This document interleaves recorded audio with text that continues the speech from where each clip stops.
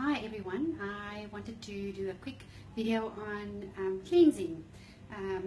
I know some of you don't even use a cleanser. You might be using a soap to cleanse your skin every day in the shower. In Cape Town we're not allowed to shower, so we can't use soap in the shower, but even if you use a normal Lux soap or a Dove soap and all of that to cleanse the skin, there's reasons why you shouldn't be doing that. But let's first talk about the 3 reasons why you should be cleansing.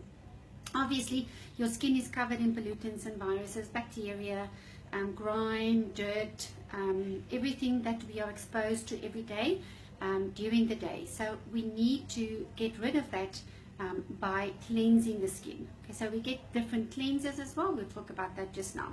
But basically, daily facial washing improves the removal of the dirt and the grime from the skin. And if you did not do that, your skin would be covered in a thick layer of dirt and grime, which would not be very hygienic. Secondly, boosting hydration. Remember that a dehydrated skin tends to look very rough.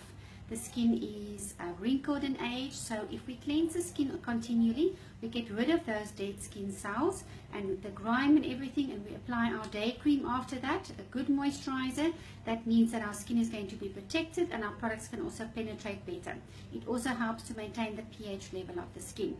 Maintaining a clear skin, remember that you have tiny little glands underneath your skin called sebaceous glands that produce oil during the day and help to protect the skin. It basically forms a little layer known as the acid mantle. So if we were to not cleanse the skin, it would mean that there would be a buildup of dirt and grime inside the little follicles, and your sebaceous gland, which produces oil, all of that is going to stick to the surface of the skin, going to stick inside the little follicles, and actually going to form little comedones and blackheads as you know them. Okay, so excessive dirt buildup on the surface can cause blockages that block the little follicles, trap sebum and sweat and dead skin cells, and that can lead to inflammation, and the end also can lead to some acne as well. So there are different ways that we cleanse. You should be cleansing morning and evening. Morning, because we are basically removing whatever we have applied at night. And in the evening, obviously, because we have makeup on. If you're a man, then obviously you have been exposed to dirt and grime, maybe smoke, whatever it might be. You need to cleanse that off the skin before you go to bed, and then apply your night serum, night cream, whatever you are using to protect your skin. If you're a man, you're going to say to me, but why must I use anything like that? It is important that we all protect our skin. So we use a cream to basically just build the skin. It could be to treat oiliness, it could be to treat hyperpigmentation, aging, whatever it might be. So how do we choose a cleanser? Why did I say to you don't use soap? Okay, so your pH of your skin is about 4.5 to 5.6, more or less. The more oily the skin, the higher the pH. In other words, the more alkaline the skin, which again is going to help with that buildup of dead skin cells that we don't want. So if we use a soap, something that foams quite a lot, like a Lux soap or even a Dove soap that has 3rd moisturizing ingredients, which is a lot of nonsense, but in any case, that is going to actually strip the skin of its acid mantle, or that little oily layer that we have on the surface of the skin, which is important, which is going to leave the skin open to bacterial infection.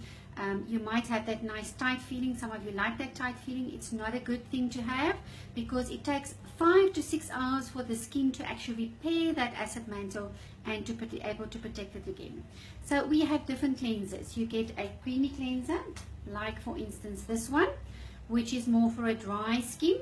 And usually with a creamy cleanser, because it doesn't it removes all of the makeup, but because it leaves a bit of an oily layer, we tend to want to use a toner with it to balance the pH and also to remove the excess cleanser that is still left on the skin. Then we get cleansing washes or cleansing gels, which look something like this. Let me just show you. That foam slightly. Okay. Most of them that are made these days are pH balanced, which means that they are made for the skin. This one doesn't foam a lot, so which means that the pH of the the product is quite good. If you have, if you use a soap that foams quite a lot, it tends to be, remember that foam in a product means that there are quite a bit of detergents in it, which means a detergent is more alkaline. It means it's going to strip the skin even more. So this is a foamy cleanser that doesn't actually strip the skin. So let's just remove that quickly. Okay. Then we get creamy cleansers that contain, for instance, alpha hydroxy acid. So that would be more something that you could use for a more drier skin, for a sun damaged skin. Also used with a little bit of water to actually remove any dirt and grime from the skin. Now remember, this is all manual cleansing methods. In other words, I apply and I use my fingers to remove. And how do we remove a cleanser? Very important again.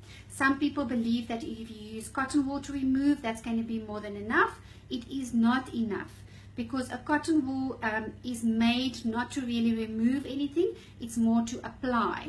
So cotton wool, if your skin is very sensitive, is fine, but it's still not going to remove all the dirt and grime. And you might at the end still feel that the cotton wool is quite grimy after you've removed your toner or removed your cleanser, and it doesn't work very well. So the best way to actually use it is to, and rinsing off in the shower also doesn't really work, because the rinsing doesn't remove the layers or anything that is on the surface of the skin, or the cleanser that is stuck to the surface of the skin. It will, however, remove some of the dirt and the grime, but it's not going to remove everything. So the best thing to get is these little yellow sponges that you get at the pharmacy.